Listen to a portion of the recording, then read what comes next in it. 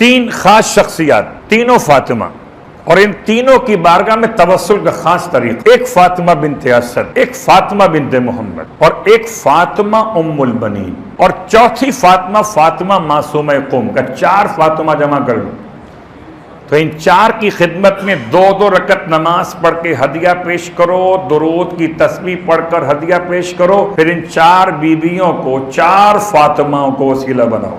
अल्लाह। तो फातिमा बिनते असद का मकाम, मौलाए कायनात अली इब्न अबी तालिब अलैहिस्सलातु वस्सलाम कि माँ होने की हैसियत में अपने मकाम पर पहचानिए। बस इतनी बात याद है कि काबे के पास कैसे आई थी, इतनी बात याद है काबे के पास आकर अपने अकायद को बयान किया था, इतनी बात याद है कि काबे के पास आकर जब आपने दुआ मांगी तो काबे की दीवार में दर बन गया था। कमाल, ये कमाल अब ना दर का है ना दीवार का है, कमाल तो उसका है जो आगे बढ़ी है। ठीक है, दीवार फटना तो आसान नहीं है, हम दीवार फटने को तखरीबकारी कहते हैं। पता चला अगर विला से हटकर दीवार फटे तकरीब है, और अगर विला में दीवार फटे तो तकरीब है। कुछ तो फर्क है तकरीब में और तकरीब में। सलवात पढ़े मोहम्मद वाले कुर्ब का मसला।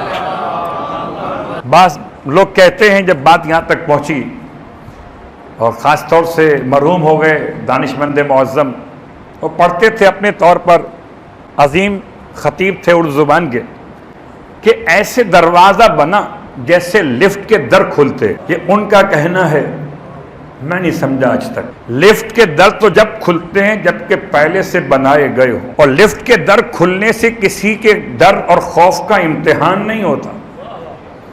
मैं कहता हूं दीवार फटी थी, दुनिया डरी थी, अली की मां बढ़ी थी।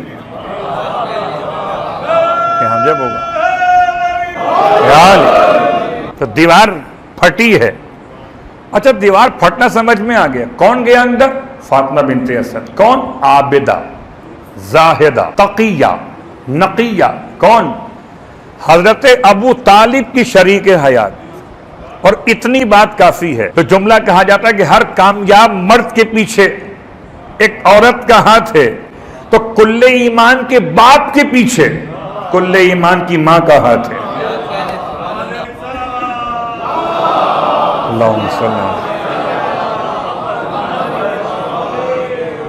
और ये हम नहीं कहते,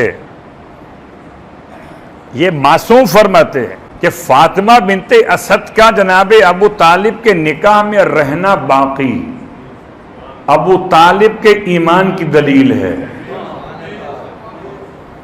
कि इस्लाम ये पैगाम ला चुका था कि जो अगर कोई खातून किसी काफिर के निकाह में हो तो अब इस्लाम ने उस निकाह को कर दिया कैंसिल, अलग हो जाए। तो पैगंबर ने सबको अलग कर दिया। कोई मोमिना अगर किसी काफिर के निकाह में थी तो सबको अलग किया, अपनी चची को अलग ना किया, ये बताने के लिए कि वो और हैं, ये कुल्ले ईमान के बाप हैं। तो जिसका वजूद कुल्ले ईमान के बाप के ईमान को साबित करे, उससे फातिमा बिनते असद कहते हैं।